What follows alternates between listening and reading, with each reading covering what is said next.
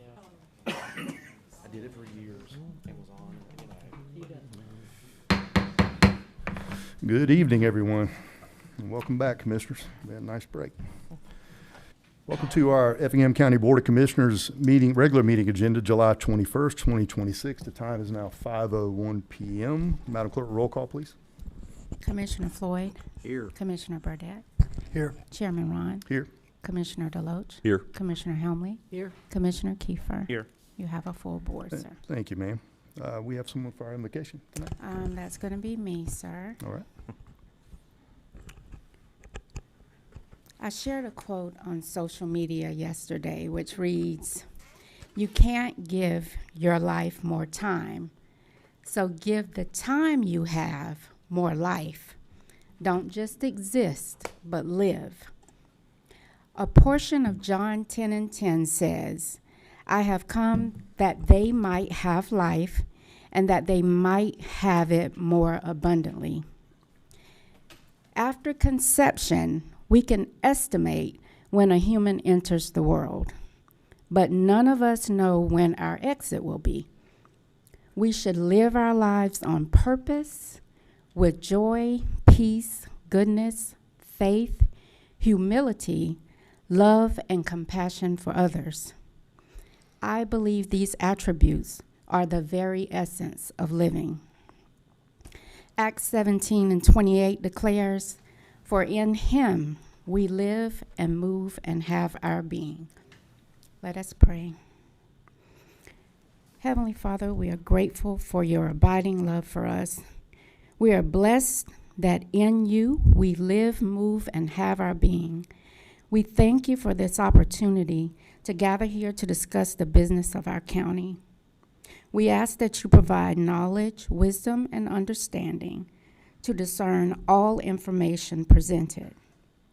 May decisions be made here today that are guided by your will and your purpose.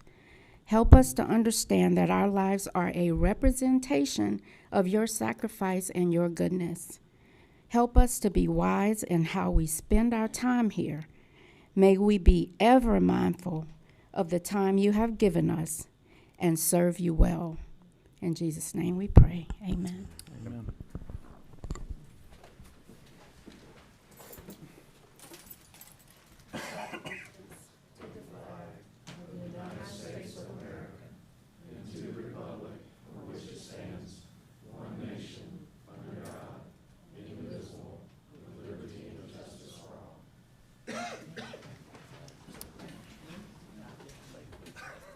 Thank you, Ms. Stephanie.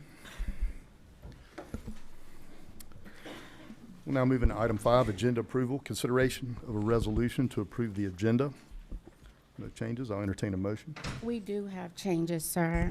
So our presentation for the Library Board of Trustees is going to be moved to the August 4th meeting, so we will not have that tonight. Additionally, a presentation from Mr. Jacob Carroll that is being removed as well, pending a later date. And under consent agenda item number 11, this is a consideration of an encroachment agreement with Southern Natural Gas. The request from staff is for this item to be moved to new business. Now, under new business, number 11 is a duplicate of new business number 8. So what we need to do is remove new business number 11 and add in consent agenda number 11 as new business number 11.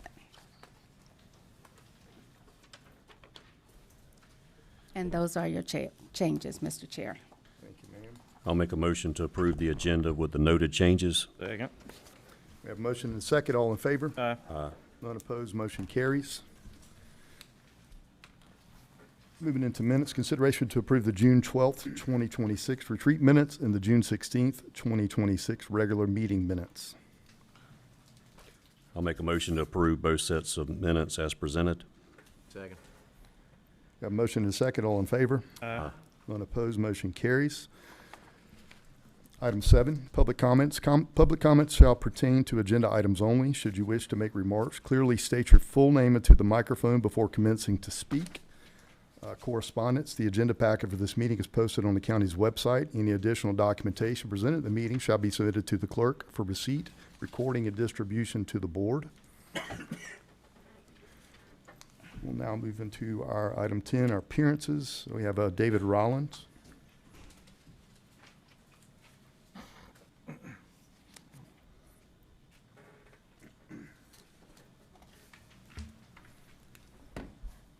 Thank you. I'm David Rollins. I live in Pooler, 614 Holly Avenue.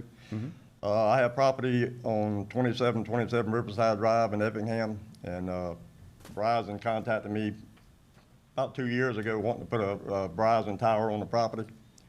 I've signed the contracts and done everything with the Verizon that needs to be done. Back in June, they said they had talked to the planning committee and everything was fine. But then I got an email that said they wanted me to write a letter saying that there's only one house on the property. It's my mom and daddy's, and they've been deceased for 5 years. Nobody's living in the house. It's abandoned. They contacted me from the planning committee and said they needed a letter saying that nobody lived in the house. It was abandoned, wanted me to notarize it. So I made 3 letters, notarized all of them. I brought one to the planning committee and mailed one to the TEP group, which is the tower people, and I kept one. And I'm not good with names. I got the card there. I talked to Kimberly Bartlett, the senior planner, and she said the letter was good, but she wanted pictures. So I went up to the property and took pictures of the house, and I sent them to her. And she said that didn't show that the house was abandoned, so it needed to be boarded up. So I boarded the house up, put abandoned on it, keep out, and I took pictures of that and sent them to her. And then she wanted me to take the box off the house, and take the power off the house. The power comes off the house and goes to my tractor shed, my tool shed, and I got an aluminum storage house, and it runs underground. So that's why I said I'm not taking the power off the house, because I got to have power to, I got a compressor, I got a water pump, and I said I'm not taking the power off the house. There's power runs underground. There's trees between the pole and the shed. I'd have to cut trees down, put up another pole, and have the box moved and all that. And I don't see no need in doing that. The house there's nobody living in the house. When Mom and Daddy died, my brother, he wanted the washing machine.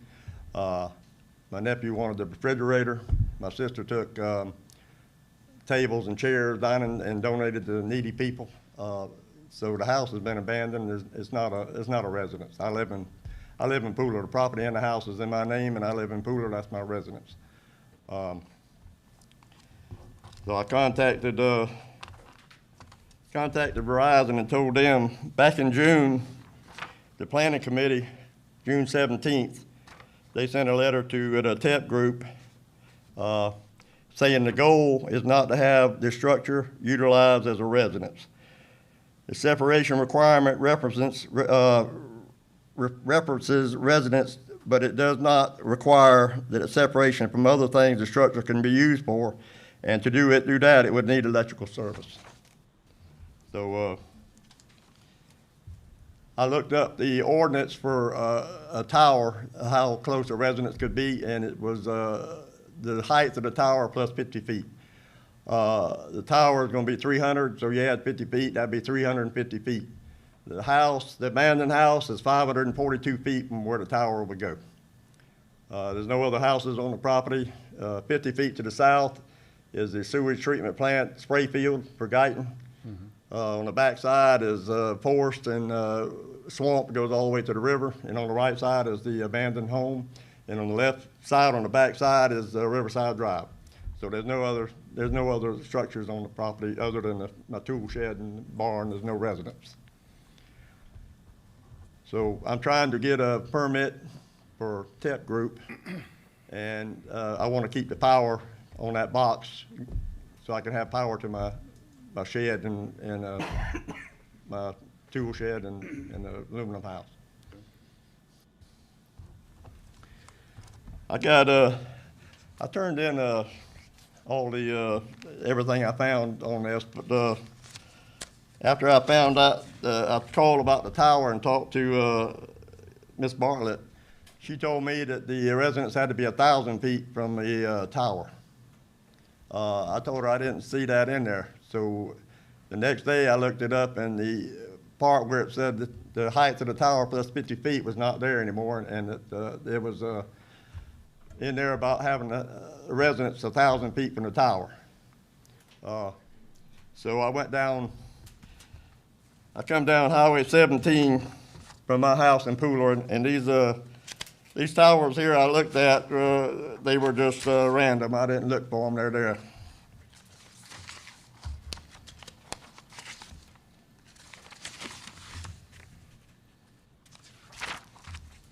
First tower is at Pottville at Highway 17. Crown Castle owns it. The tower height is 300 feet. The distance from a residence is 550 feet.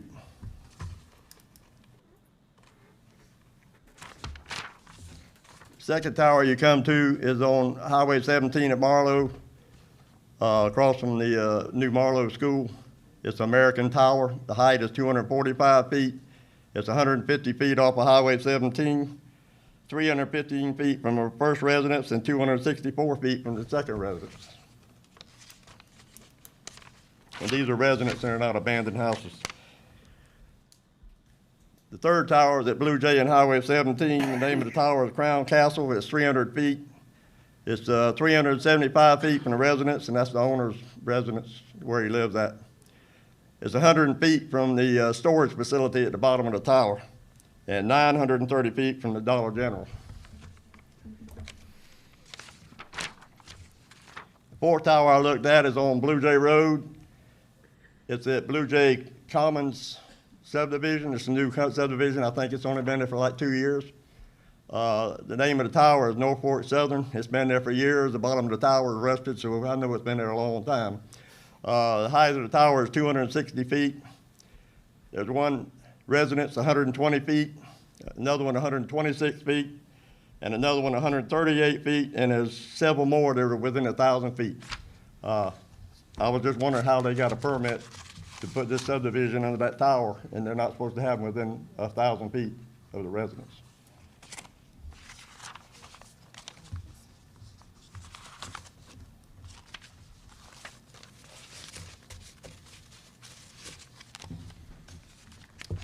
That's all I got. Y'all got any questions? No, sir. Is there water to the house? Yes. I'm trying to think if there's no, Yeah, what else you need to prove personally. the phone service is cut off. The mailbox is a dead mailbox. They've cut it off. Any correspondence comes to my house. The only thing that's on the house is on that box, electricity. If it wasn't for, I got a 50 amp breaker in the box that goes to my sheds and all in that box. So if I take the meter off and kill that, I lose all my power to everything I got. I imagine the 1,000 feet is our new ordinance, isn't it? And that's probably why some of those other ones aren't there, but it seems like if we can solve the abandon issue, it'll solve the other, or it won't solve,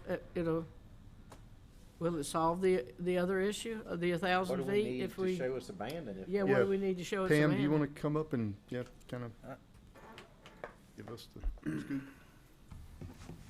I don't understand the venue here, but Yeah, here we the are. reason that we had mentioned pulling power on that is because that, to reinstate the power on that would require a permit for it, and that way we can assure that no one is residing in it. That's the only way we could actually ensure that a permit is necessary, and that the house wouldn't be occupied.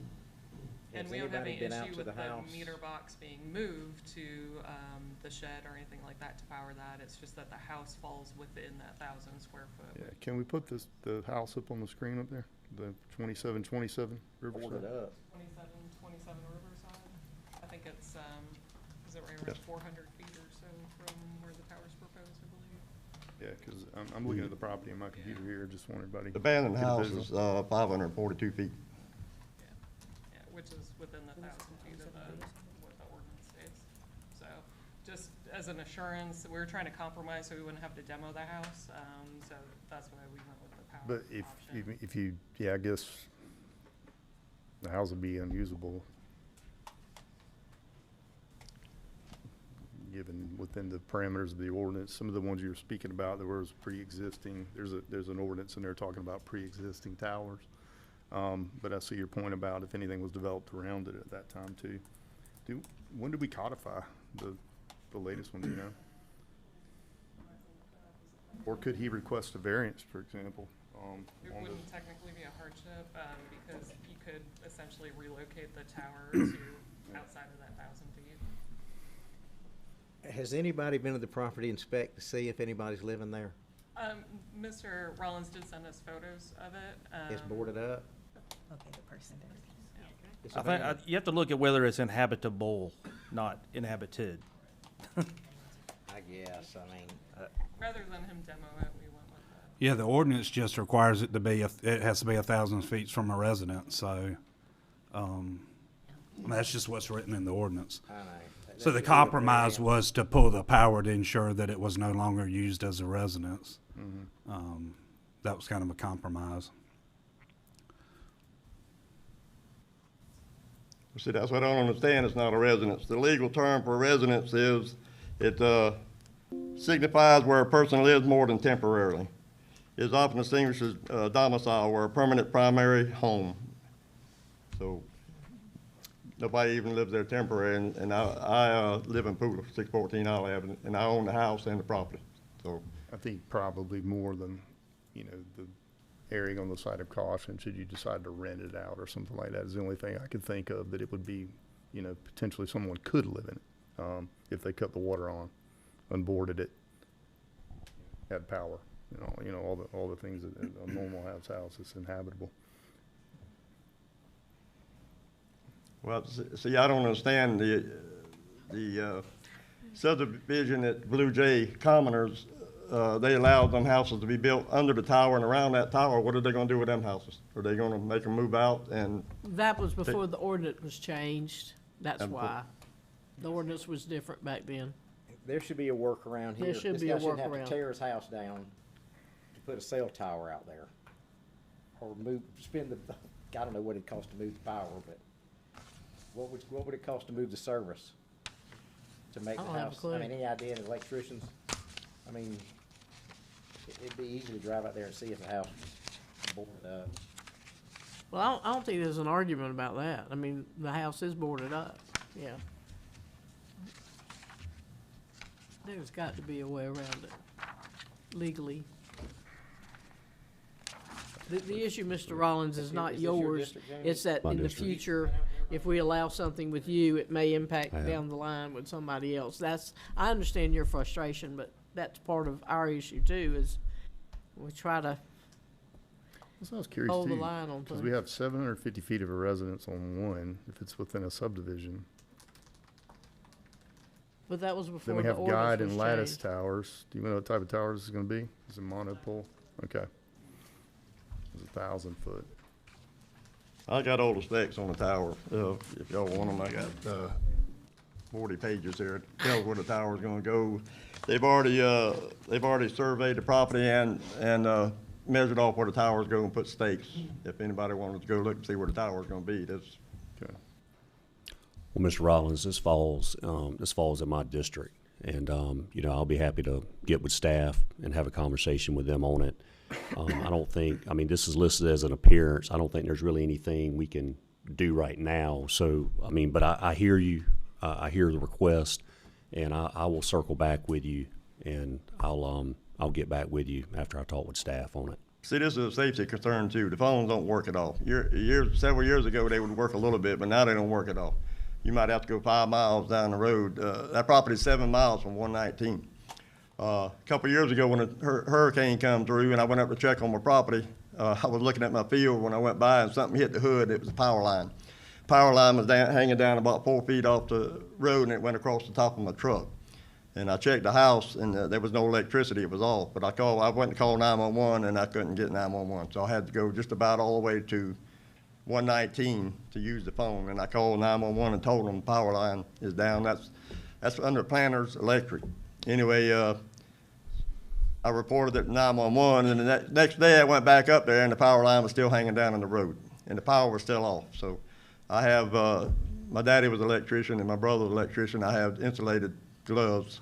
So I took the power line and pulled it up and tied it to a tree. Because every weekend, Riverside Drive is a dirt road, and kids ride up and down the road on four-wheelers and dirt bikes. And if one of them would come through there at night, or even day, I didn't see it during the daytime. Somebody come through there at night and that thing was hanging down in the road 4 feet, they could have been hurt seriously. Yeah, okay.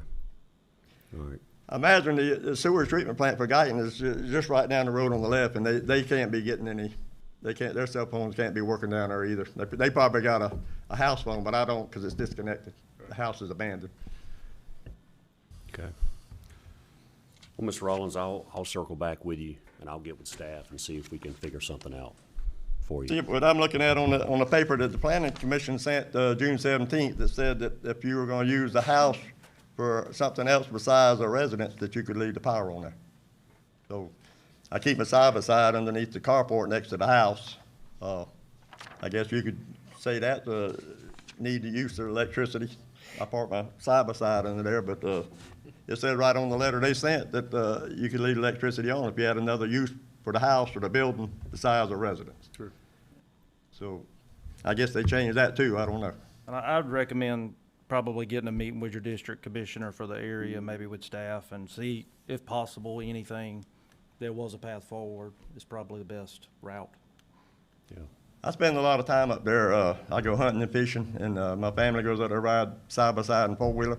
But I got a medical condition. I got AFib. I'm being treated for AFib. I have a heart condition, and I have to take medication to control my AFib. So there's no phone in the house. If something happens to me or whatever, the cell phone won't work. I can't call for help. So.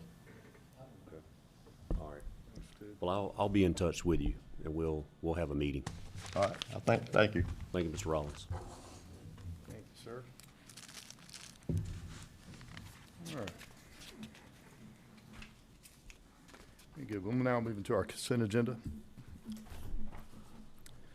This section shall include all routine items for which there will be no discussion. Should a need arise for debate, the item could be moved to the appropriate area of the agenda. Item 1, consideration to approve an agreement between Effingham County Board of Commissioners and Breckenridge Place Homeowners Association for the replacement of a custom traffic signpost. Item 2, consideration to approve a lighting services agreement with Georgia Power for the Midland and Blue Jay Roundabout. Item 3, consideration to approve a lighting services agreement with Georgia Power for Blue Jay Road and Sand Hill Road Roundabout. Item 4, consideration to approve change order proposal number 13 for Central School, toilet accessories and access control revisions. Item 5, consideration to approve a lighting services agreement with Georgia Power for the Clio Community Center. Item 6, consideration to approve an overhead and underground distribution construction agreement with Georgia Power for the Central High School construction project. Item 7, consideration to approve an overhead distribution construction agreement with Georgia Power for a temporary fire station maintenance building located at 295 Stagecoach Avenue in Guyton. Item 8, consideration to ratify and affirm an underground easement with Georgia Power for the Central High School construction project located at 434 Wallace Drive. Item 9, consideration to ratify and affirm change order number 1 with Ruby Collins Incorporated for the wastewater treatment plant contract. Item 10, consideration to approve an underground construction agreement with Georgia Power for a temporary fire station maintenance building located at 295 Stagecoach Avenue in Guyton. Item 12, consideration to ratify and affirm the fiscal year 2027 contract for Family Connection Services for the period of July 1st, 2026 through June 30th, 2027. Item 13, consideration to ratify and affirm the emergency purchase of one Type I, 14-foot Ford F-550 ambulance from Custom Truck and Body Works Incorporated to replace a totaled unit. Make a motion to approve the consent agenda as presented. Second. We have a motion, we have a second. All in favor? Aye. Unopposed, motion carries. All right, moving into new business. Consideration to approve the dedication and warranty deed for the roads, water, sewer, and drainage of New Haven Phase 2 to Effingham County located on Hodgeville Road in the 2nd District. This was postponed from our January 6, 2026 and removed from our January 20th, 2026 agenda. Yes, Pamela Melser, Director of Development Services. I apologize, I didn't introduce myself earlier. Summary recommendation on this, the staff has reviewed the warranty deed and recommends approval. Roads, water, and sewer and drainage for New Haven Phase 1 were accepted in February of '22. Board of Commissioners approved the plat for New Haven Phase 2 in 2024. This deed has gone before the board several times and been postponed and withdrawn. The county engineer has been out and re-inspected the roads, water, and drainage, and the county attorney has reviewed the warranty deed. The recommended alternative is approval of the dedication and warranty deed for New Haven Phase 2. Okay, is 100% everything done? I can let Jonathan speak to Jonathan. that. Okay. We had a meeting on that last month, I believe, so. Very good. Make a motion, we approve alternative one. Second. We have a motion, we have a second. All in favor? Aye. Unopposed, motion carries. Item 2, consideration to approve the first reading to amend Part 2, Appendix C, zoning ordinance, Article 4, establishment of districts, Section 4.1A, permitted use table of the Effingham County Code of Ordinances.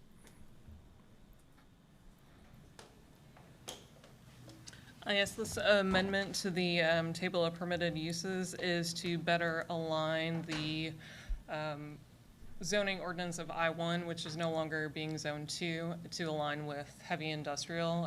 We looked into the table and saw some discrepancies where it was allowed in I-1 and not allowed in HI or vice versa, and you'll see that in the staff report where it's listed out. This is cleaning that up. Also took the opportunity to clean up the cemetery ordinance to refer to that where cemeteries are only allowed in AR1. And then there was a little bit of discrepancy where like there was a heading where it had some on there, and clean that up as well. So this is really just an apples to apples comparison of I-1 and HI. Okay. All right. If no questions, I'll entertain a motion. Just a quick question. The flex space between B2 and B3, I don't remember seeing that in B2 before. Is that something new, or is it just in B3? That one, was that the cleanup, the flex space one? Kimberly? Yeah, that one was a correction on it. When you read through the actual ordinance, this now aligns with that. I see. I know we talked about that for a constituent no longer. Okay. That's one question I had. Good. Anyone else? Not, entertain a motion. I'll make a motion, we approve. Second. Have a motion, have a second. All in favor? Aye. Unopposed, motion carries. Item 3, consideration to approve an application by Neil McKenzie as agent for Miguel Baca for a site plan for Baca Ready Mix Commercial Development located at 2388 US Highway 80, map number 354, parcel number 29 and 29A in the 1st District. Thank you. Kimberly Bartlett, Senior Planner. Approximately 7.4 acres is zoned B3 Major Commercial, and approximately 14.3 acres is zoned HI Heavy Industrial. The board approved the rezoning for the property from AR1 to B3 and HI on January 20th, 2026. The applicant proposes a phased development consisting of commercial retail and office space and a ready-mix concrete facility. The commercial portion will include 4 buildings totaling about 34,000 square feet. The development, the proposed parking is 133 spaces, including 788 accessible spaces. Access would be provided from Highway 80, a designated truck route. The site plan includes perimeter buffers and landscape berms to reduce impacts on adjoining residential and commercial properties. Commercial parking areas, concrete plant traffic areas, and travel lanes will be paved. Lighting will be directed away from nearby residential properties. The property is served by well and septic. There are wetlands, and a delineation has been submitted. A DRI also has been submitted with no additional comments. Staff finds that the proposed site plan complies with B3 and HI development standards and is consistent with the intent of the zoning ordinance and site plan ordinance. Thank you.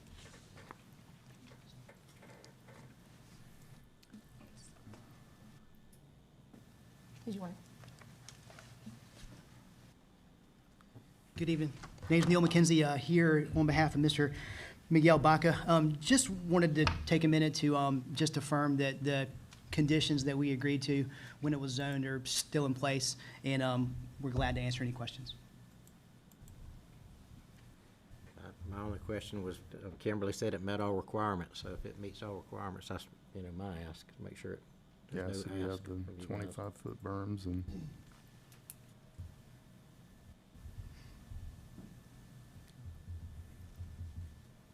Everything looks as discussed so far as I can see. Yeah, I agree. Yeah. Okay, good. If everybody's satisfied, I'll make a motion, we approve. Second. Have a motion, have a second, all in favor? Aye. Unopposed, motion carries. Thank you. Thank you. Item 4, consideration to approve an application to submit for the Genesee and Wyoming Railroad Protective Liability Permitting. Good evening, Trey Wilkins, Project Manager for Capital Projects. In all honesty, this probably could have been a consent item, but it's just a standard agreement for encroachment into the Genesee and Wyoming Railroad right-of-way. It's for our water project right there just north of the IDA property off of Old River Road. They just require, it's part of the permit process with G&W.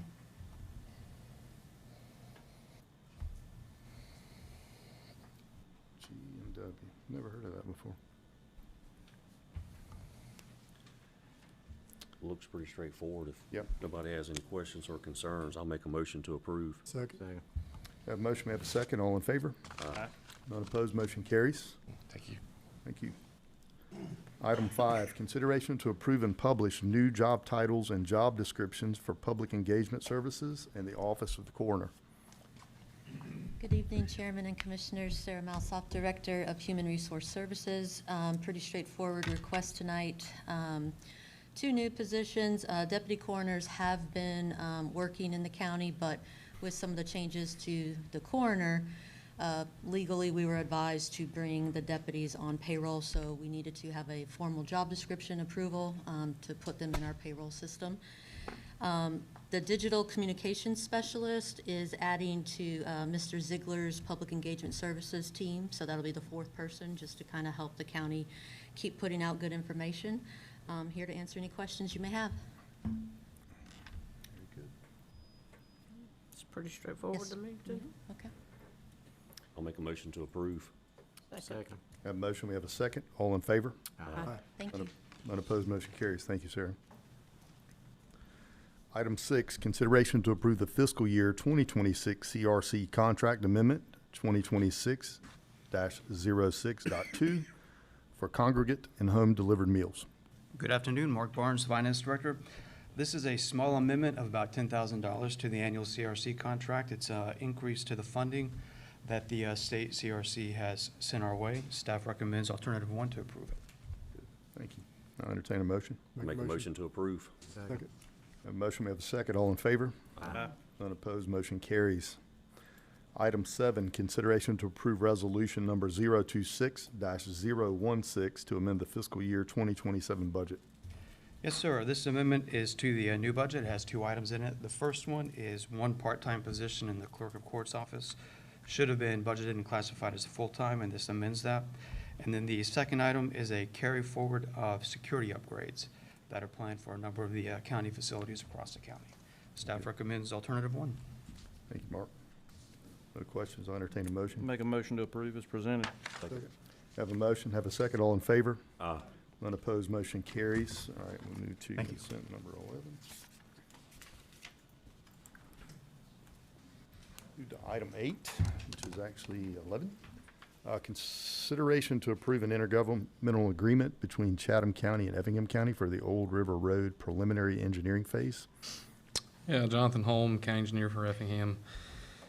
This is an intergovernmental agreement between Chatham County and Effingham County. It's for the widening of Old River Road from I-16 to Route 204, which goes into Chatham County. This project was selected with the Corps MPO for federal funding, and so there's only a 20% match. And this agreement just, the good news is that Chatham County, they'll be the project lead on it, getting to manage the project. So the only thing we'll have to do is write a check for it. But they'll also get the benefit of the improvements that come after that for Effingham County. So, And this is not the first time y'all have seen this. This was part of the grant application that we had done, I think last year in the summer. We were burning from both ends to get all this done. So with that, staff is recommending approval of the agreement. Here if you have any questions. Straightforward. I'll make a motion, we approve. Second. A motion, we have a second. All in favor? Aye. None opposed, motion carries. All right, we were supposed to move 11 consent, right, to new business as well? Yeah, Is that I think right? 11 replaced 11. Okay, 11 replaced. Just the way I had it now. That's correct. 9 and 10 is a The duplicate. duplicate, wasn't it? It is Oh, a yeah, but that, duplicate. yeah, you're correct. But But we have to hear 11 it. was a duplicate, but Yeah. we, We're good until we hit 11. Yeah. Then we'll just go back to the the consent agenda. That's 11. right. Okay. We can move to got it. 9. All right. 10 is a duplicate though. Drew also. arrows, and I didn't make sense out of them moving on, so. All right, item 9. Consideration to approve the Georgia Power Utility Relocation Agreement for lighting improvements of Blue Jay Road and Midland Road Roundabout. Yeah, this one's a standard agreement with Georgia Power to relocate the power poles. There is a prior rights discussion that we'll be having. We've, on all the road projects, I've recommended that we do a prior rights research on it. But should all the poles be, grandfathered into Georgia Power's, easement, then the county's agreeing to pay that cost, which is estimated to be $125,000. But again, prior rights will be taking place, and we'll see how that will be whittled down. So with that, staff's recommending approval of the agreement, and here if you got any questions. Just because I've had questions on the lighting is for safety. in these areas. Yes, yeah, there is gonna be lighting as well. This one specifically is distribution being relocated. There is another agreement for lighting. Yeah, next item. That's the Yeah, next the item. next item, yeah. The support documents on that one, and I gotta go back and look at it. I think it's a duplicate, but we can double check. Cool. All right. No questions, entertain a motion. I'll make a motion to approve. Second. A motion, we have a second, all in favor? Aye. Unopposed, motion carries. Item 10, consideration to approve a utility relocation agreement with Georgia Power for lighting at the Blue Jay and Midland Road Roundabout. Yeah, this one is a duplicate, at least with the support documents that are in the packet. So I'm recommending that this be removed. The support documents in the packet is the same as the previous item. Okay. That's an I-2B Yeah. on this one. I think what had happened, I talked to our project coordinators, and I'm so thankful that we have them. But I had a lot of cooks in the kitchen trying to help get these to the packet. And anyway, this is also a duplicate. So So this just needs to go off the table. yes, sir. Just needed to table it until the next meeting. We can table it or we can remove it, whatever you'd recommend. Do we need to make a motion to remove? Just remove it. Okay, Add it. I'll make a motion to remove item 10 of new business. A motion, we have a second, all in favor? Second. Oh, Is it item 10 or 9? 10. 10. Okay. Y'all approve 9. Well, I have a question though. Yes, ma'am. And maybe this can wait the next time, I don't know. Why is there more lighting on one than the other? So you're just talking about one roundabout to the next? No, I'm talking about specifically, at least when I remember reading over it, it's just these two, the one at Blue Jay and Midland, and then there was one in there that seemed like it had more lighting than the other one, but maybe I'm looking at another one. Depending on, well, 10 just got removed, but the 9 was a distribution agreement. Yeah, And it's just because so you have two different things with Georgia Power. You've got I guess I'm confusing. lighting and then One for distribution. the Yeah. distribution of power, one for the actual One for light. the actual light. But Okay, yes, ma'am. But all right. sorry about the confusion No, on that. I'm confused too, so that's all right. And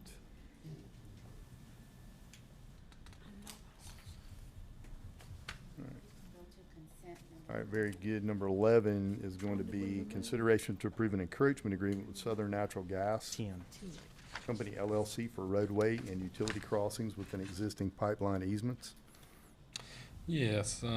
So this one, we wanted to move it because there was a change that needed to be done to the agreement, after getting back with our insurance, provider that, you know, we needed to adjust the terms and the insurance clause, and we were able to have a meeting with, Kinder Morgan to discuss those changes, and they're on board with it.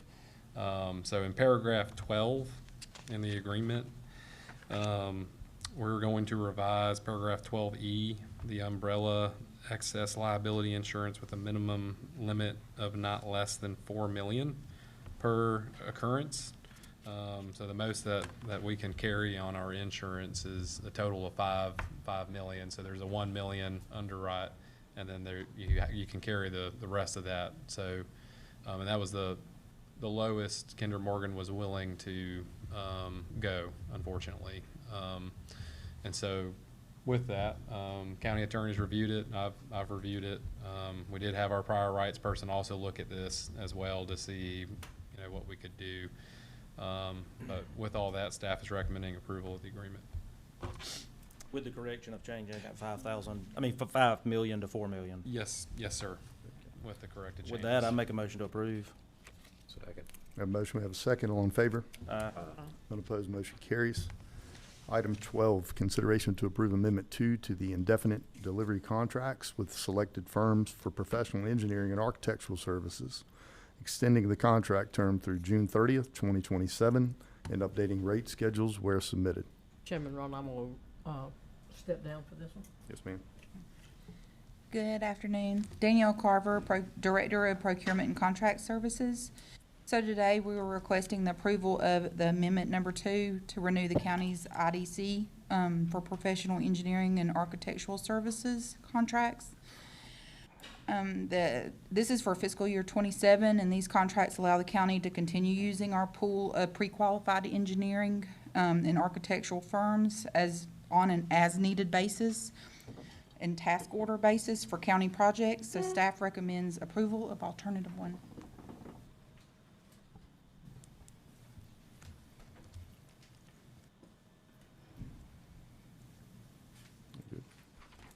Any questions from commission? Make a motion we approve. Second.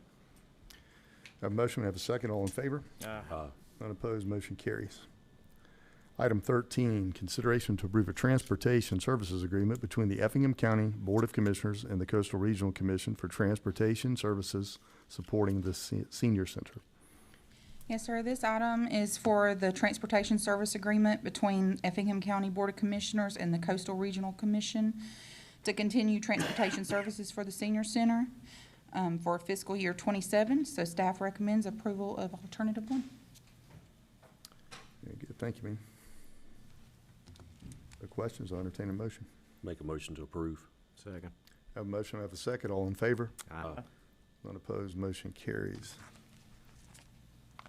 Item 14, consideration to approve resolution number 026-017, declaring certain county-owned vehicles as surplus property and authorizing their disposition. Yes, sir. I have a correction to make on this one. The first 13 vehicles listed says E911. That should be the sheriff's office vehicles.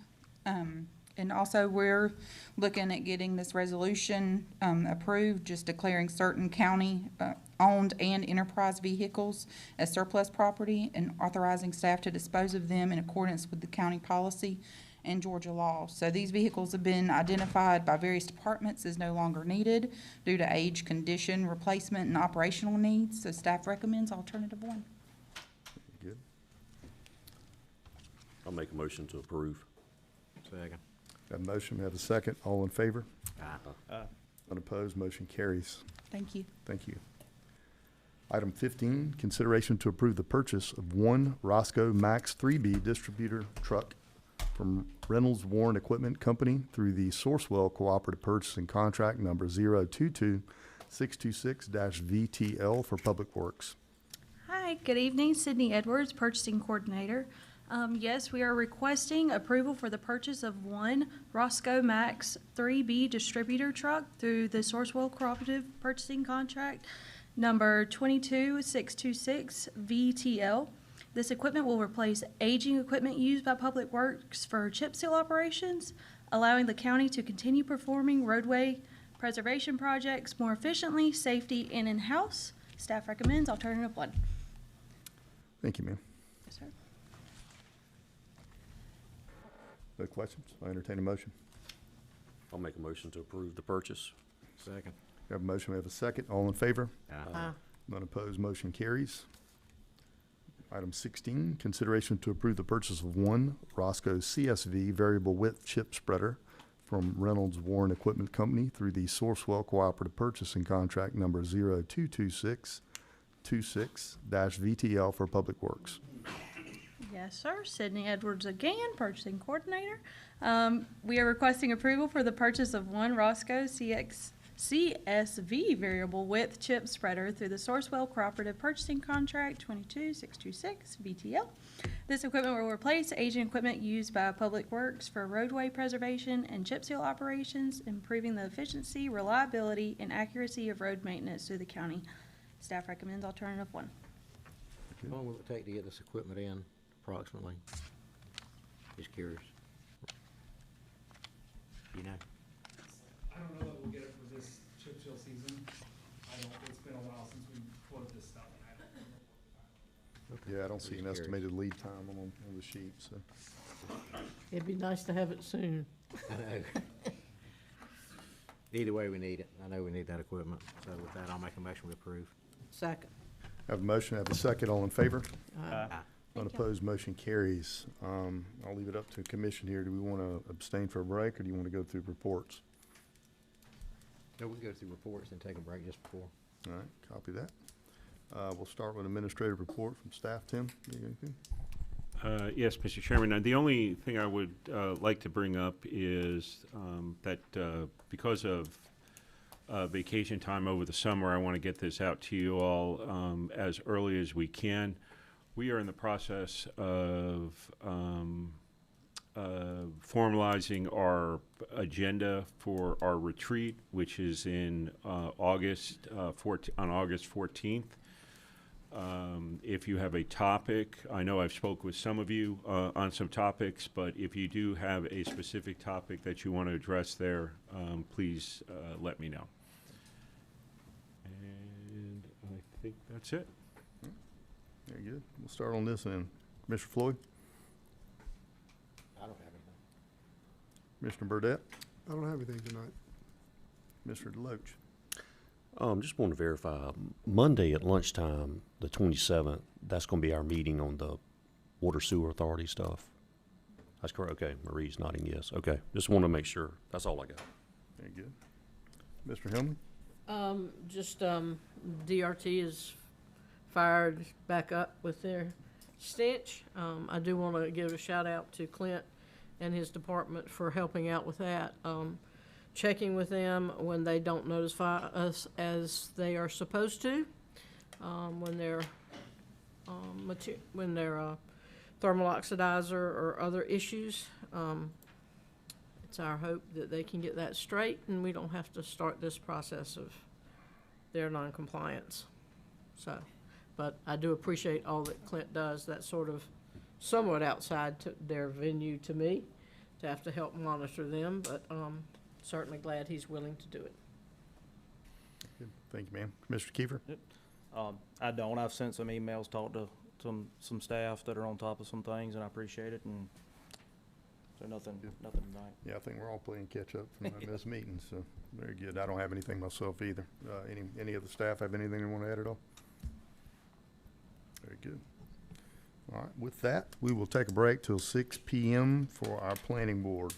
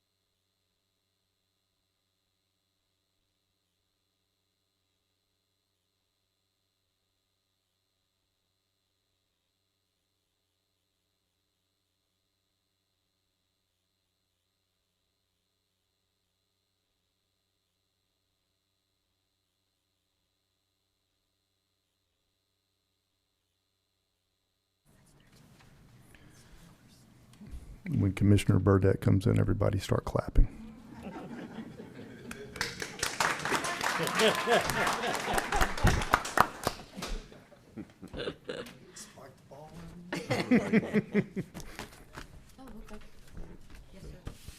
So you can explain all this. Sure. Hey, man, anytime. Round of applause for you. Yep. Welcome you back to the United States. 3 minutes. Very good. Yeah, I was timing you. All right. Are we still waiting to Phil? Hey, it's not me. Yeah. Does Phil get a standing O? We'll do this. No. What?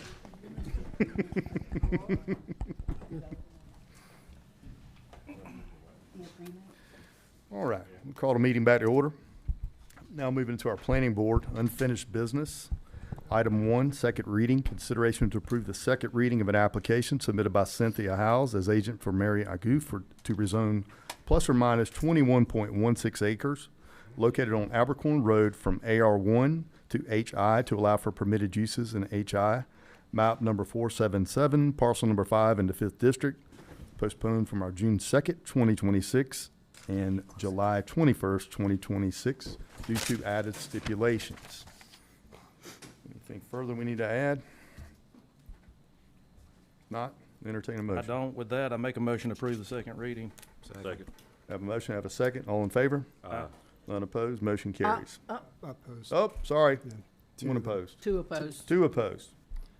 And me, yeah.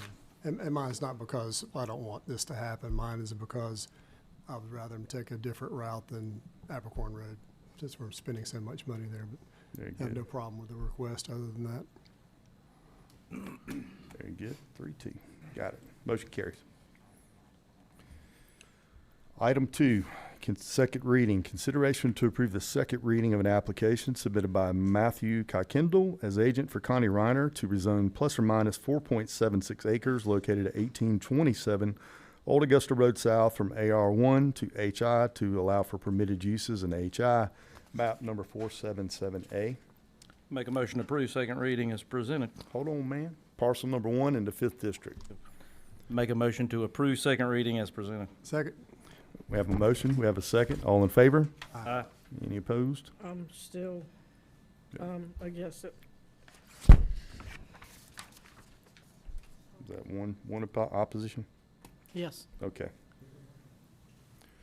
Motion carries. Item 3, public hearing. Planning Board recommends approving an application submitted by Lynn Jeffers Jr. to rezone plus or minus 5.04 acres located at 489 Noel C. Conway Road from AR1 to AR2 to allow for permitted uses in AR2, and plus or minus 1 acre from AR2 to B2 to allow for permitted uses in B2. Map number 352, parcel number 73 and 74 in the 1st District. This was postponed by the board on June 2nd and postponed to July 21st, 2026 at agenda approval at applicant's request.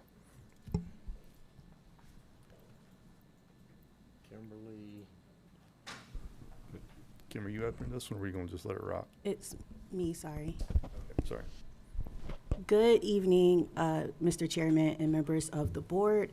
The applicant requests a 2-part rezoning consisting of AR1 to AR2 to facilitate a compliant subdivision, and AR2 to B2 for approximately 1 acre to allow a small automotive service shop within an existing structure. The subject property is located within an area that remains predominantly agricultural residential in character. Commercial zoning in the vicinity is generally concentrated within designated commercial corridors. The future land use map designates the property as agricultural residential, which supports low-density residential and agricultural uses. The proposed commercial zoning is not consistent with this designation and would represent a departure from the county's adopted land use framework. The property is served by private well and septic. Future development must comply with all applicable county standards, including buffering, landscaping, parking, accessibility, building code requirements, environmental health regulations, access to Nosey Conway Road remains subject to GDOT approval. At its May 12, 2026 meeting, the Planning Board unanimously forwarded a recommendation of approval. Staff finds that the request is not consistent with the agricultural residential future land use designation, raises compatibility considerations related to traffic access and surrounding residential development. And this is just photos or of some of the commercial in that area. Thank you very much. Very good. Thank you, ma'am. All right, open the public hearing. Before proceeding, I would like to respectfully note for the record that Chairman Damon Ron is my first cousin. Therefore, just out of an abundance of caution to avoid any idea that there might be any bias here, I would respectfully request that you consider recusal from participation in this matter. Unless it's a tie. I don't have any involvement other than conducting. My State your name name's for the Anna record. Chumley, and I represent Lynn Jeffers. Carry on then. At the outset, I would like to note and repeat what was just previously mentioned, that the zoning board reviewed this application and recommended approval, and we respectfully ask that the board follow that recommendation here. Essentially, this is a situation about fairness, reasonable reliance on county guidance, as well as the productive use of private property. Approximately 12 years ago, Mr. Jeffers voluntarily sought residential rezoning of his property. At that time, he understood that if circumstances were to change, he could then return and seek commercial zoning. When those circumstances changed, he did not attempt to bypass county guidance or procedures, and instead he contacted county personnel directly, sought guidance, asked questions, and followed the directions that he was given explicitly. He was advised to create a separate 1-acre tract for the proposed automotive repair business. He relied on that guidance and spent approximately $20,000 pursuing surveys, plats, applications, and related work necessary to move forward, including the installation of a handicap bathroom. Only after making that investment was he then informed by county personnel that they now believed a different process should have been followed. The critical point is that Mr. Jeffers acted in good faith every step of the way. Any procedural confusion was not created by him. He sought guidance, followed guidance, and invested substantial resources in reliance upon that guidance. The proposed use is a local automotive repair business. It's not a junkyard, not a salvage yard, or not a heavy industrial operation. It's a local commercial use that serves local residents and contributes to the local economy. The proposed use is a local business, and there's been no evidence showing that the rezoning will create any unacceptable traffic, overwhelm county services, or cause substantial harm to neighboring properties. This would be on a state road. The zoning board reviewed the evidence and recommended approval. Mr. Jeffers has acted responsibly and in good faith here, and we therefore respectfully request approval of the rezoning application without specific conditions not imposed on similarly situated commercial properties. Thank you. Thank you. Mr. Jeffers, anything you want to add at all? I just, all up and down Highway 30 is commercial. At most thoroughfares where there's 4 joining roads, some 2 roads. And I was just like my shot to have a small commercial business there. Okay, thank you. And everything she was telling you I'd done according to Jennifer.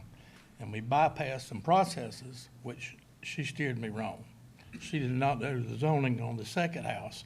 So then I'm having to rezone one property to create an acre for the shop, which all that's been done. I had it resurveyed, perk test, soil test, build a handicap bathroom, and then now I found out we jumped about 3 processes because Jennifer didn't really have all her ducks in a row. Understood. Good. Anyone else here for the hearing? Please come forward. Not on our behalf. There's not. Anyone here opposed? Being there are none, I'll close the public hearing. Open up for discussion. I've been talking with Mr. Jeffers on and off, and I understand his frustration. I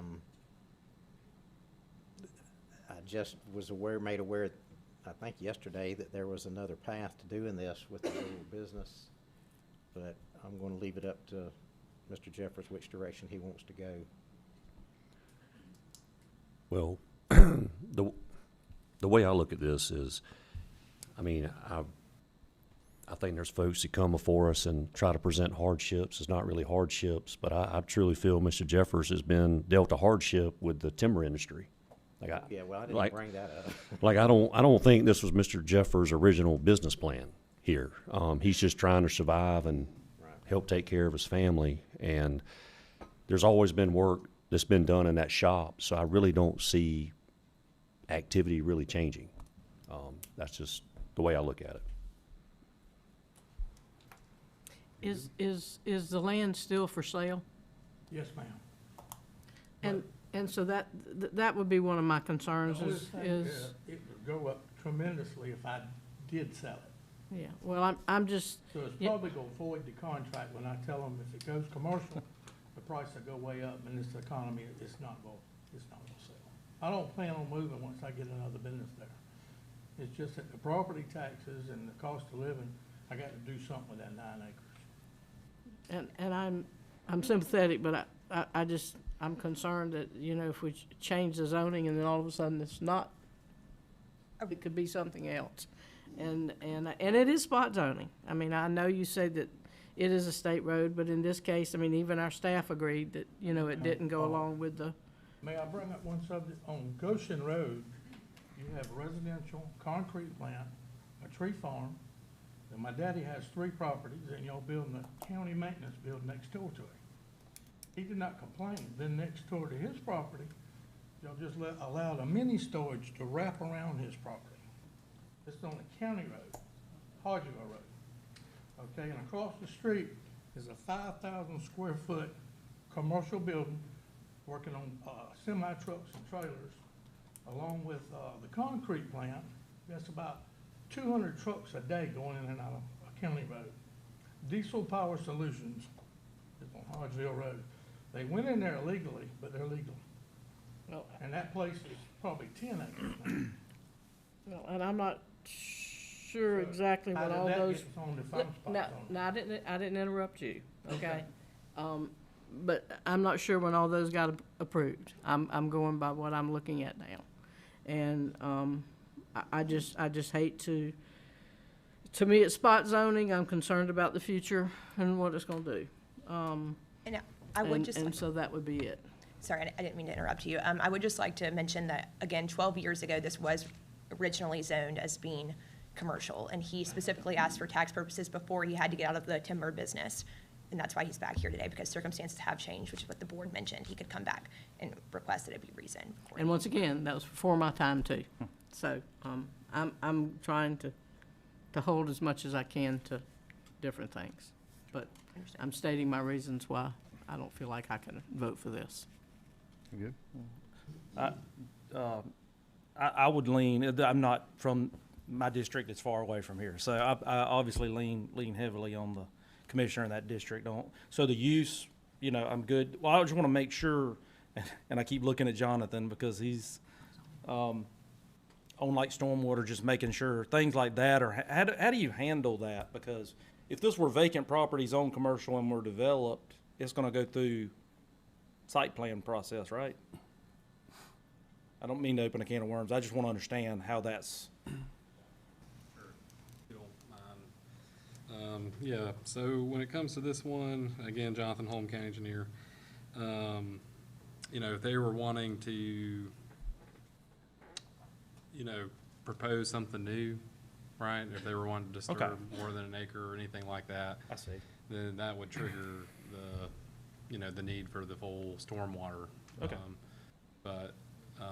Or again, but, you know, even if the rezoning goes through, right, I mean, that would also trigger the site plan review at that time. So, so regardless, I think, you know, our ordinance, you know, would take care of it eventually and we would review it. Is there any modifications to the place, being that it would be, you know, commercials for parking, ADA compliance, all those things? Is that gonna have to be Is that a question to me or him? I'm sorry. done as well? I was looking at him. You're looking at me? Okay. Well, so for this, I mean, this is just a rezoning, right?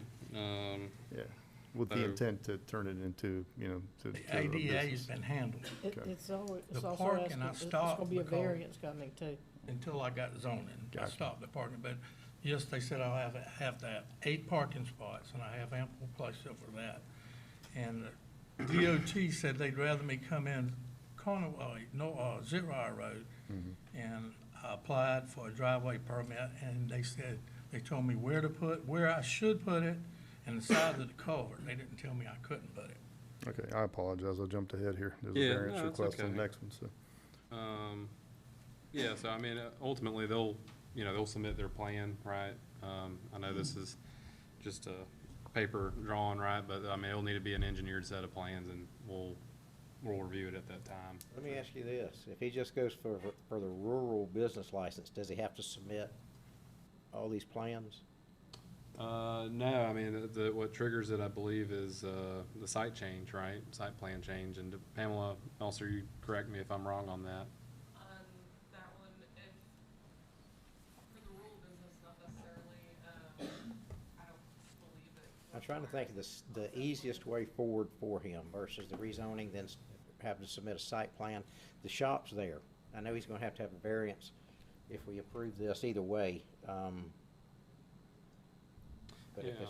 if he doesn't have to have any more engineering or, I need to look at how much they're disturbing, right? I mean, in our ordinance, we talk about if you disturb more than an acre or 5,000 square feet of impervious surface, that you have to do an LDA permit. So, for ordinance, that's what they'll have to follow. Does Is that even does with the the rural rural? business apply to accessory Even with the rural dwelling? business, he'd have to do that?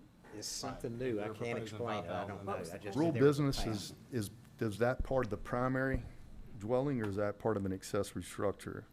Well, it goes with the land, so if they have a primary structure, they can do it in a accessory. So I guess with that, Forrest, I guess if his intent is to actually do the business, then I don't know why it couldn't fall under that. If your intent's to sell, then it'd not be advantageous for him to do it that way, so I guess. I just don't know the hurdles he's gonna have to, if it's rezoned, if he has to come back before, I guess be reviewed by your group. Right. If he doesn't have to go through those hoops to just get a rural business license, if that should be something they should consider. But it was less than an acre disturbed, and it was a field. There was no trees removed at all. Are you proposing 5,000 square feet of impervious surface? No. Okay, then you don't need an LDA permit. That's why I asked the question. I just didn't want it to come up later. Yeah. Right. But you do need to get the encroachment permit, like you said, and you have applied for that. Rural is limited to 1,000 square feet. I won't go into that now, but I think we'll work through your entrance on Zitcher-Hour. Yeah. So, Thank you. How big's that building? How big's your building, sir? 30 by 100, it's 3,000 square foot, but Okay. two of the areas are just storage area.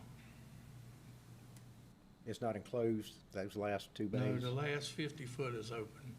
The first 50 by 30 is closed. Yeah, because rural's down to 1,000 square foot. Rural has to be. 12,000 for rural, Yeah. so small. Yeah, it's small. The path forward that we explored was possibly a rural business with a variance for the size of the Nice. structure. That'd be easiest, wouldn't it? I'm sorry? That'd be Size the of easiest structure path and then forward, wouldn't it? Setback as well, often. He wouldn't need the buffer at that time because it's not rezoning to commercial. And then he would need 3 acres. So if he took an acre from his land in the back would work, or he could get a variance for the size. And that was kind of our middle ground here. But all that's already been done because Jennifer told me what to do and Right, go spend ahead it. and do it. And it's already been surveyed, put on a plat, registered with the state. I got a septic tank permit. I had a soil test done. Already built a handicap bathroom. And that's all exceeding about $20,000 of personal costs. For me, where I'm at, to support it, I would want it to be limited to the use that you want, so you could do what you need to do. I understand the hardship, I want to be sympathetic to that, but I don't want to leave it wide open because you have nothing but houses around you. And we want some kind of notification as to what we're putting on your neighbors if you were to sell it.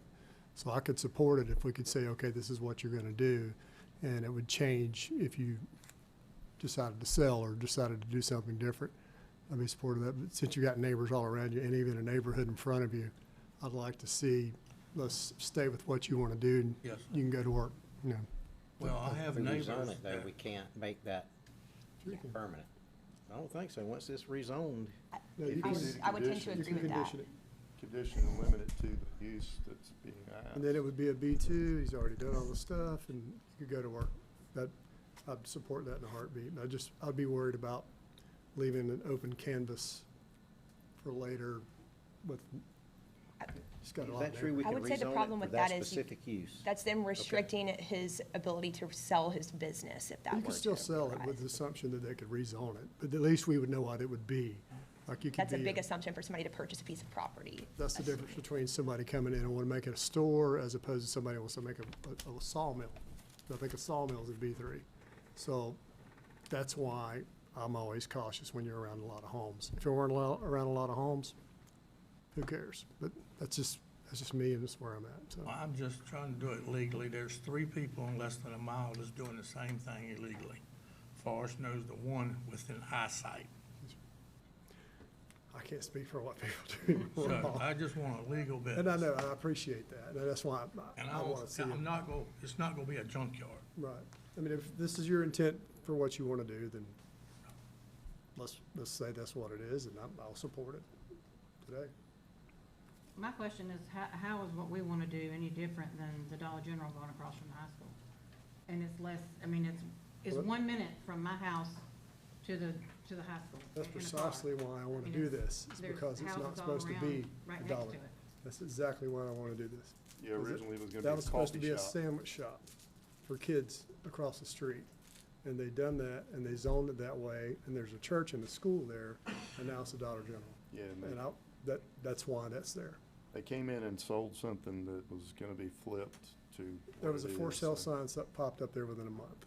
And I mean, we Very were there frustrating. before the neighborhood across the street was there. Yes, ma'am. And that was commercial at that time.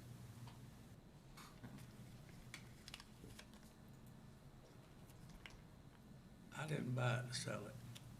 I understand. If that's true, then. Well, Roger, you wanna make a motion with that condition, or I mean, how do you? Well, wanna- it's my district. I'm gonna make the motion, but it's- Lynn, understand, if either you can, I don't know where the vote's gonna fall. We can make the motion as it stands. We can make a motion to include what Roger mentioned, where it's restricted to just your maintenance business. Or we And if can it- possibly table it and see if we can work through a rural business. Can I ask a point of clarification? Is that proposed motion, is that based on if he sold his repair business, could that be anher repair business there? Absolutely. Okay. I would have no problem. Yeah, it's the use, not It's the it's- business. It's Got it's it. a Okay. deeper Just use that making I'd be sure I worried understand. about that would harm neighbors. Are you comfortable with the use being strictly for a maintenance repair business?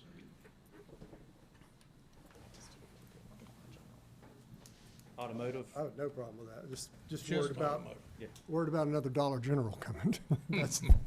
That's the main, you hit the nail on the head. You really Has did. it already been burnt? Not that I've got anything burnt? against Dollar General. They can be great, but we got sideswiped with that one. That's fine.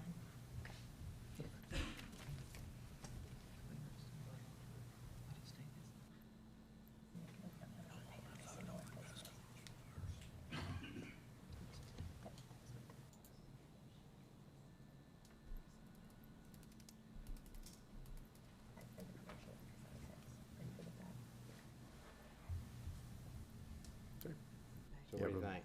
Do you confer? Can we have a second? Sure, Just to make sure I absolutely, understand. absolutely. Okay, we're all on the same page. Yeah. Stephanie, cue the music, please.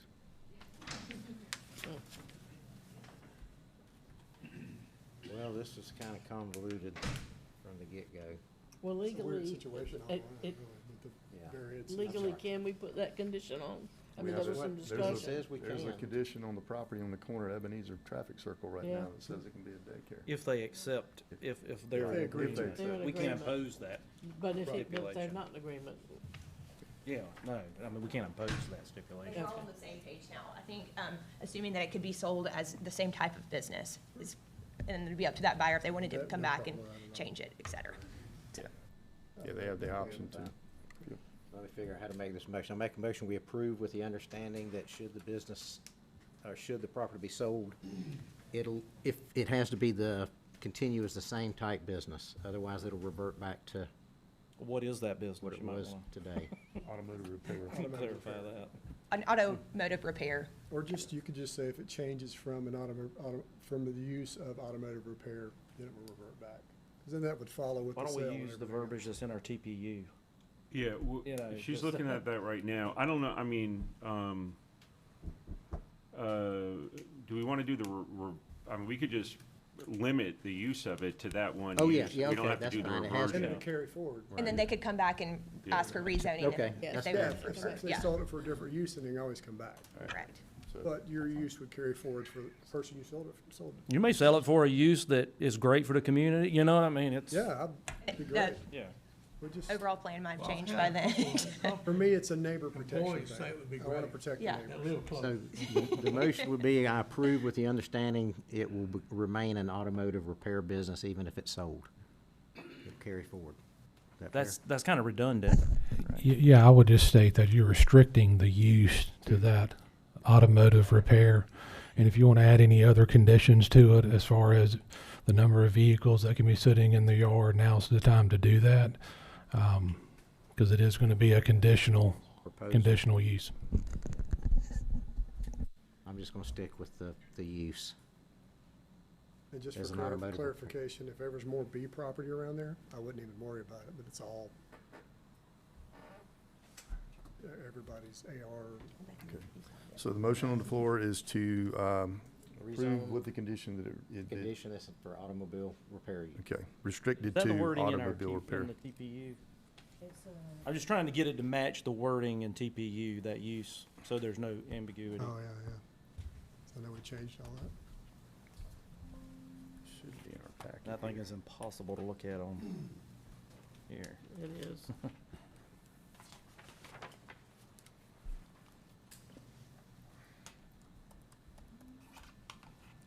Second Forrest motion. Once we get your TPU here, I was trying to pull it up.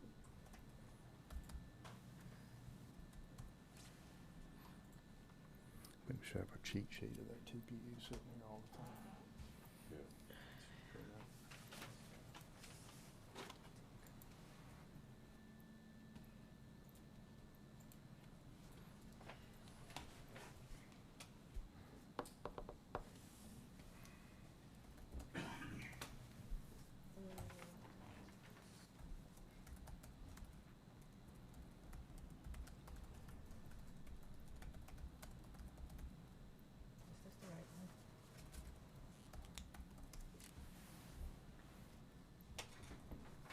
Sorry.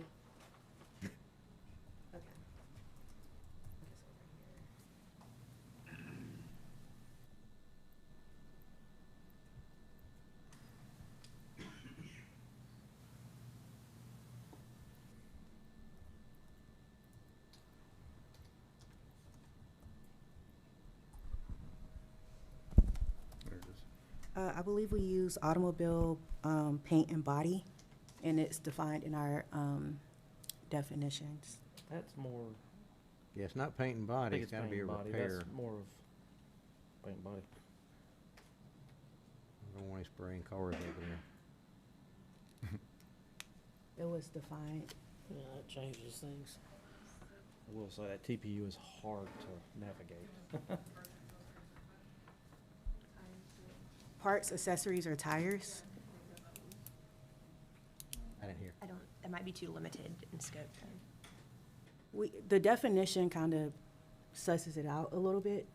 But yeah, that's what we use for his application. Okay. Well, that falls under what I'm gonna do, tire, brakes, oil repair, no heavy repair. I didn't hear what she said. Live with a car. She said that. What did you say, Akiva? I'm sorry, I couldn't hear Parts, accessories, and tires. you. Accessories and tires? Yes, parts, accessories, or tires. Is that sales or repairs? Yeah, that don't sound It doesn't right. specify on here. We have to get to the definition section of the ordinance. So do we just want to adopt it like you said, and maybe Yeah, get I back to think this so. TPU and I would propose. tighten that up? Yeah. So let's say what he's gonna do. He's gonna repair cars. Yeah. Okay, so Please, restricted, that's that automobile maintenance. There you go.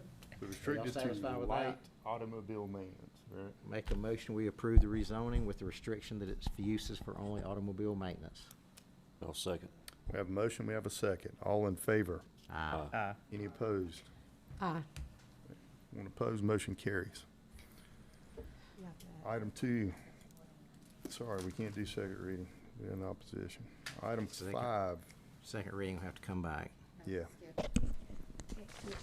Item 5, public hearing, consideration to approve an application by Lynn Jeffers Jr. for a variance from section 3.4 located at 489 Noble C. Conway Road to allow for the modification of required buffer requirements in B2, map number 352, parcel number 73 in the 1st District, postponed from our June 2nd, postponed from July 21st, at agenda approval at applicant's request. I'll open the public hearing. Thank you. Kimberly Barlett, Senior Planner. A 30-foot buffer is required along Zitrar Road due to the location of the existing building and other site improvements. The applicant proposes a 10-foot vegetative buffer and a 6-foot privacy fence along as alternative screening. No buffer is proposed along the adjoining property under common ownership. Staff finds that the variance meets the criteria of Article 9. The hardship results from the location of the pre-existing building and existing site improvements, which limits the space available for the full buffer while maintaining adequate parking, access, and vehicle circulation. Staff finds that the proposed 10-foot vegetative buffer and 6-foot privacy fence may provide reasonable screening and help reduce noise, lighting, and visual impacts around surrounding residential properties. Very good, thank you, ma'am. Anything else you guys wanted to add? No. Okay, anyone in opposition?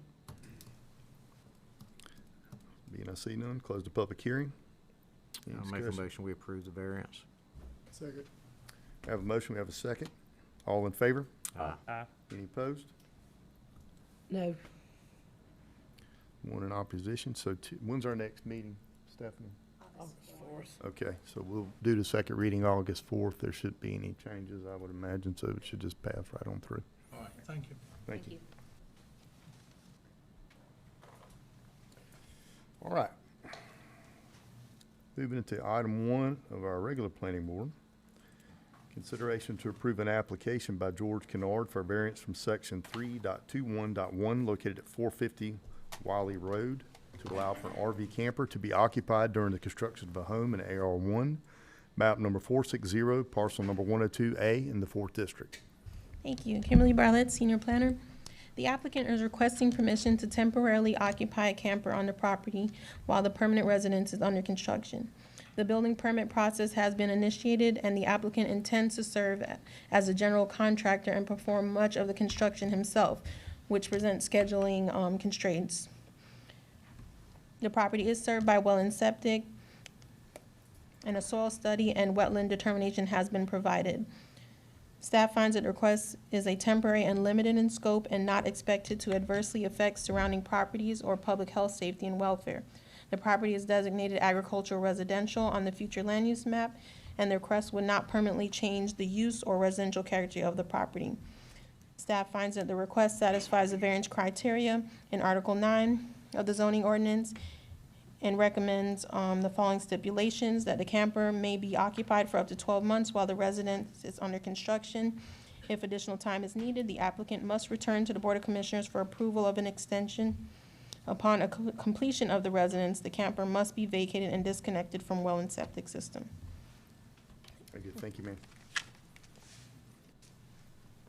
I'll open the public hearing. If the applicant has anything they want to add, please come forward.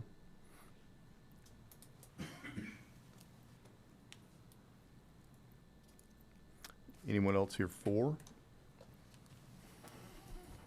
Anyone here opposed?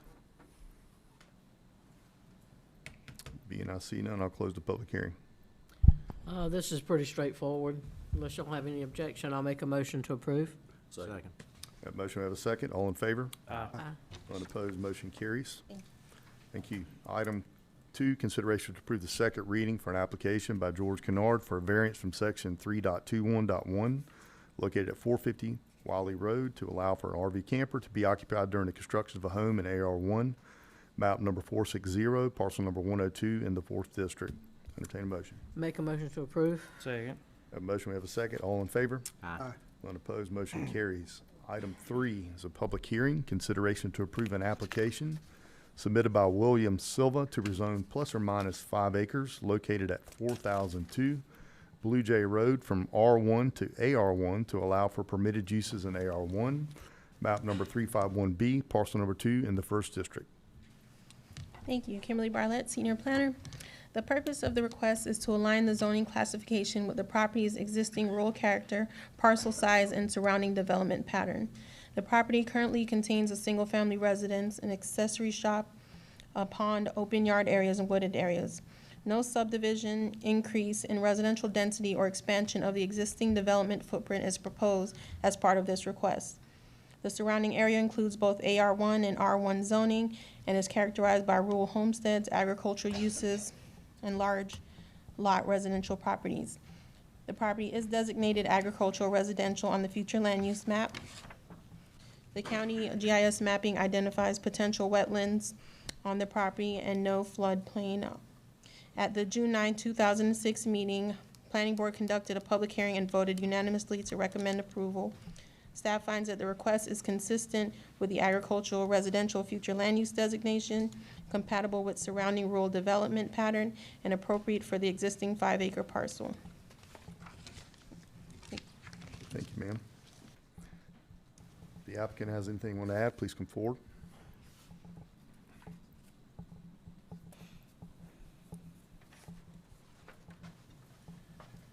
William Silva. Yes, sir. You good? Yeah. Anything you want to add in addition to I what she didn't- said? No, Okay. that's. Great, she's perfect. pretty much got it. Thank you. Anyone that's here for, please come forward. Anyone opposed? I see none, I'll close the public hearing. Open up for discussion to the board or a motion. I don't have any discussion unless anybody else does with that. I'll make a motion we approve. Okay. Second. We have a motion, we have a second. All in favor? Aye. None opposed, motion carries. Item 4, second reading, consideration to approve the second reading of an application submitted by William Silva to rezone plus or minus 5 acres located at 4002 Blue Jay Road from R1 to AR1 to allow for permitted uses in AR1, map number 351B, parcel number 2 in the 1st District. Entertain a motion. Make a motion we approve the second reading. Motion, have a second. All in favor? Aye. None opposed, motion carries. Item 5, consideration to approve an application by William and Tammy Silva for conditional use to allow for a residential business in AR1 located at 4002 Blue Jay Road, map number 351B, parcel number 2 in the 1st District. Thank you. Kimberly Barlett, Senior Planner. The applicant currently restores antique vehicles as a hobby by purchasing and restoring them for resale. Customers will not bring vehicles to the property for repair or restoration services. Prospective purchasers may visit the property by appointment only, with no more than one customer and one customer vehicle present at a time. The applicant estimates that the customer visits would occur approximately once every 2 months. Restoration activities would primarily include wiring, custom engine work, and similar mechanical work. All business activities would occur entirely within the accessory structure. No painting or body work would be performed on the property, and no outdoor storage, exterior work, or outside display area is proposed. Used oil and automotive fluids will be disposed of off-site through an authorized facility, and all chemicals and materials will be properly stored. The business would be owner-operated with no additional employees. The proposed hours of operations are Monday through Friday, 9 a.m. to 5 p.m. Existing trees and wooded areas provide natural screening from surrounding properties. The surrounding area consists primarily of rural residential properties, agricultural tracts, and established subdivisions. The property is a designated agricultural residential on the future land use map.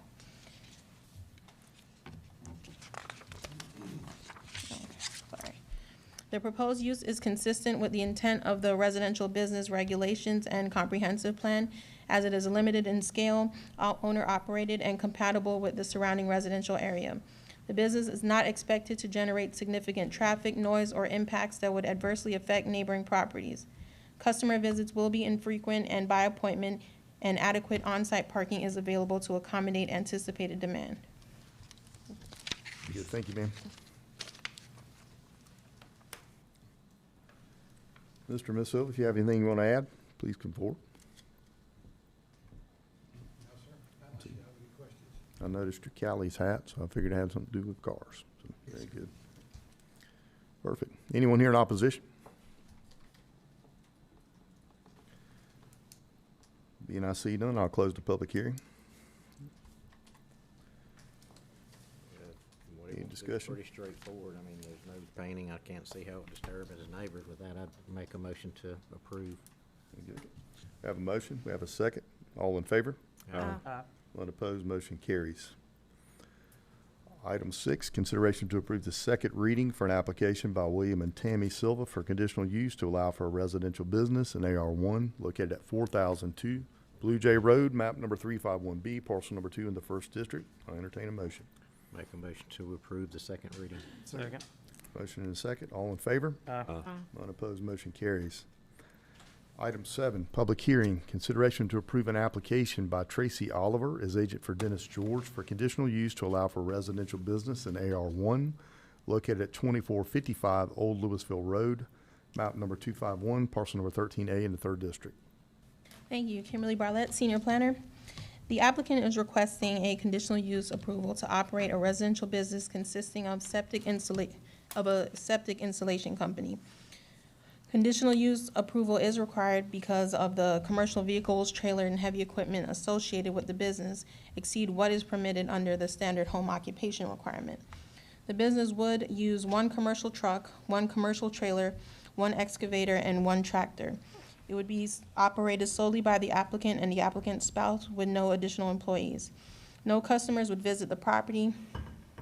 No business signage is proposed. Hours of operation would vary depending on job availability and scheduling. All business-related vehicles, equipment, and trailer would be stored in the rear yard. Screening from adjoining properties and public right-of-ways would be provided where practical. The proposed use is more intensive than a standard home occupation because it involves outdoor storage of commercial vehicles and heavy equipment. However, the business would remain limited in scale, owner-operated, generate no commercial traffic, and have no additional employees. With appropriate storage and screening requirements, use is expected to remain subordinate to the property's residential use and compatible with the surrounding rural area. The property is designated agricultural on the future land use map. Staff finds that the request is consistent with the intent of the residential business regulations and comprehensive plan, and would, subject to the following stipulations. Outdoor business storage shall be limited to 1 commercial truck, 1 commercial trailer, and no more than 2 pieces of heavy equipment. All business-related vehicles, trailers, and equipment must be stored in the rear yard and screened from adjacent properties and public rights-of-way where practical. Very good, thank you, ma'am. If anyone here wishes to speak, please come forward.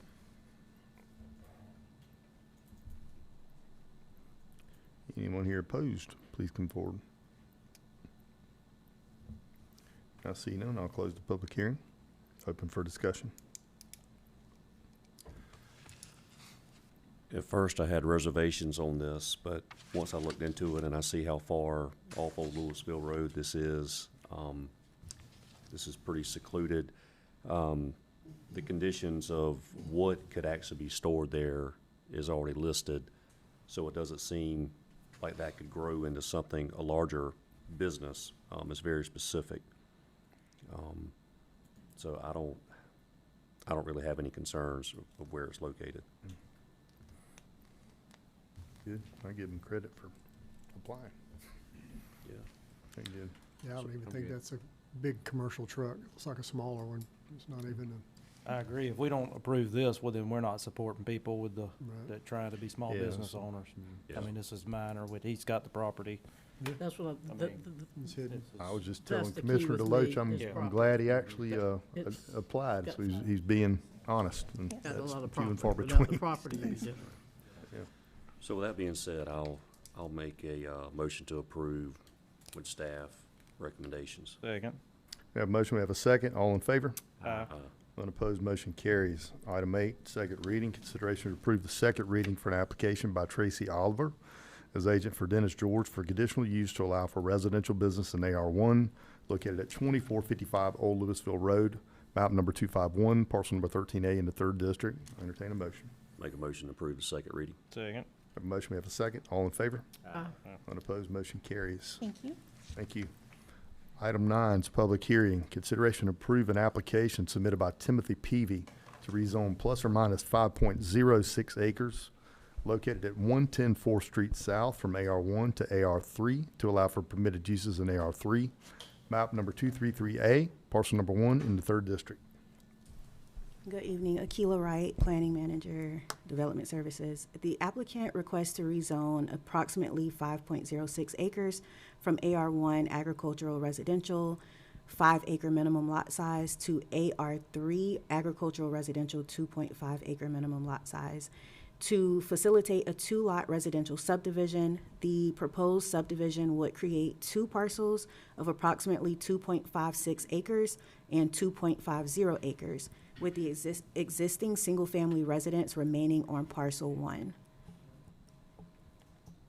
The future land use map designates the property as agricultural, and the site is located within the development rural node character area, which supports low-density residential development while maintaining the area's rural character.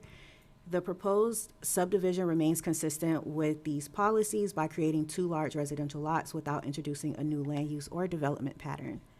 The surrounding area is predominantly zoned AR1 and consists of large lot residential properties, agricultural uses, wooded tracts, and rural homesteads. County GIS mapping identifies wetlands on portions of the property. However, no FEMA designated floodplain has been identified. Any future development will remain subject to applicable Department of Health requirements. The property is served by private well and septic. The applicant has submitted a soil report and subdivision plat that has been reviewed by the Department of Public Health. Access is proposed from 4th Street with a requested driveway connection to Georgia Highway 17 North, currently under review by GDOT. If direct access is not approved, the applicant has indicated a willingness to provide a 60-foot access easement to ensure legal access to the newly created parcel. Staff finds the request is consistent with the agricultural future land use designation and the development rural node character area. Thank you. Very good, thank you. If the applicant is present, has anything you want to add, please come forward. I'm Timothy Peavy. I did get approval from GDOT to put in the driveway, but I have to have a 911 address, which I cannot get unless it's been split. So I do have the approval, and we shared that already. And I talked to the engineer for the county, or apparently he said he talked to the engineer for the county too, that they're all on the same page, and there's no issues with there being that driveway. Very good. All right. Anything else, sir? Very good, thank you. Anyone else here for, please come forward. Anyone in opposition, please come forward. Being I see none, I'll close the public hearing, open up for discussion. It looks pretty straightforward to me. This is why we looked at AR3 to have a little bit larger lot sizes. So I don't have any concerns. It seems consistent with the area. Good. And unless anybody has any major concerns, I'll make a motion to approve. Second. We have a motion, we have a second. All in favor? Aye. One opposed, motion carries. Item 10, second reading, consideration to approve the second reading of an application submitted by Timothy Peavy to rezone plus or minus 5.06 acres located at 110 4th Street South from AR1 to AR3 to allow for permitted uses in AR3. Map number 233A, parcel number 1 in the 3rd District. Entertain a motion. Make a motion to approve the second reading. Second. Have a motion, we have a second. All in favor? Aye.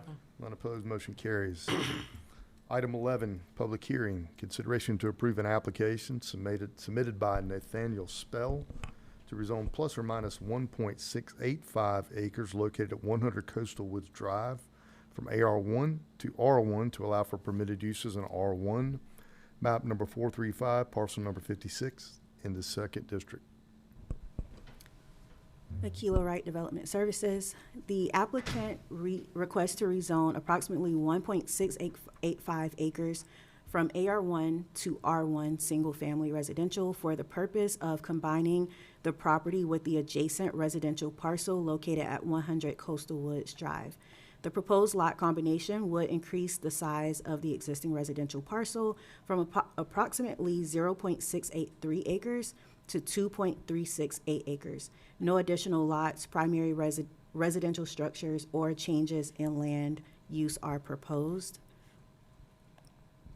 The future land use map designates the property as agricultural residential.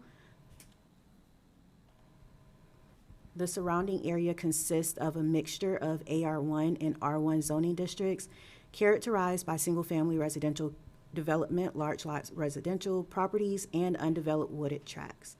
The proposed rezoning serves as a transition between these development patterns and remains compatible with the surrounding area. GIS mapping indicates portions of the property contain FEMA-designated flood hazard areas and wetlands. The receiving parcel is currently served by existing residential infrastructure and has no new roads, utility extensions, or public infrastructure improvements are proposed. Because the request involves a lot combination rather than the creation of additional lots, no increase in demand on public facilities. Staff finds the proposal consistent with the future land use map. The proposed rezoning remains compatible with the surrounding residential area. Good. Thank you, ma'am. If Mr. Spell has anything you want to add on board, if he's here. Very good. Anyone here opposed? Not close the public hearing. Open for discussion. That's pretty easy. When I actually been on that lot before years ago when it was getting built out, but I have no problem with it. In case anybody has any comments, but make a motion, we approve. Second. Have a motion. We have a second. All in favor? Aye. Unopposed, motion carries. Item 12, second reading, consideration to approve the second reading of an application submitted by Nathaniel Spell to rezone plus or minus 1.685 acres located at 100 Coastal Woods Drive from AR1 to R1 to allow for permitted uses in R1. Map number 435, parcel number 56 in the second district. Entertain a motion. Make a motion, we approve the second reading. Second. Have a motion, have a second. All in favor? Aye. Unopposed, motion carries. Item 13 is a public hearing. Consideration to approve an application submitted by Melissa Phillips to rezone plus or minus 4.45 acres located at 3300 Noel C. Conaway Road from B3 to B3 to allow for permitted uses in B3. Map number 436, parcel number 45 in the second district. I think I know which one this one is. Aquila Wright Development Services. The applicant requests the removal of a zoning condition associated with the property's existing B3 heavy commercial zoning classification.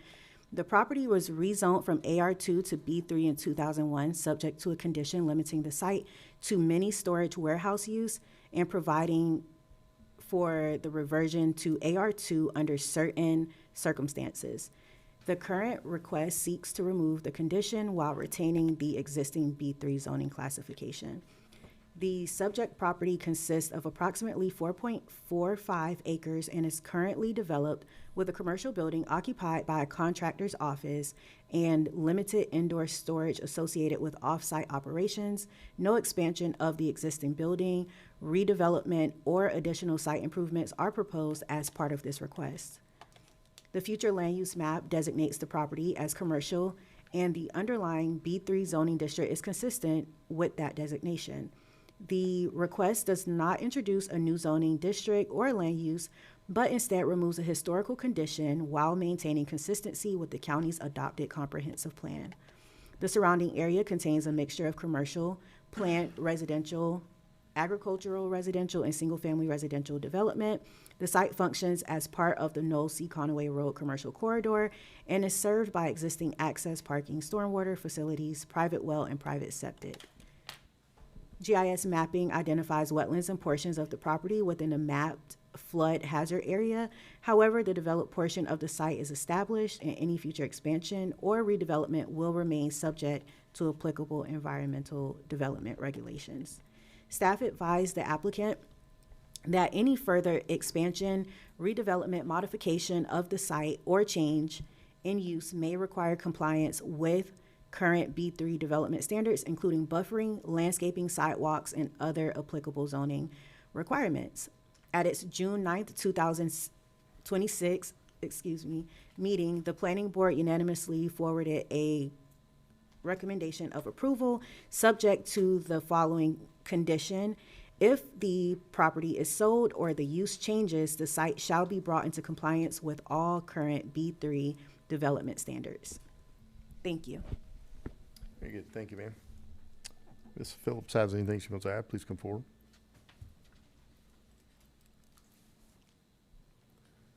If anyone else here is for, please come forward.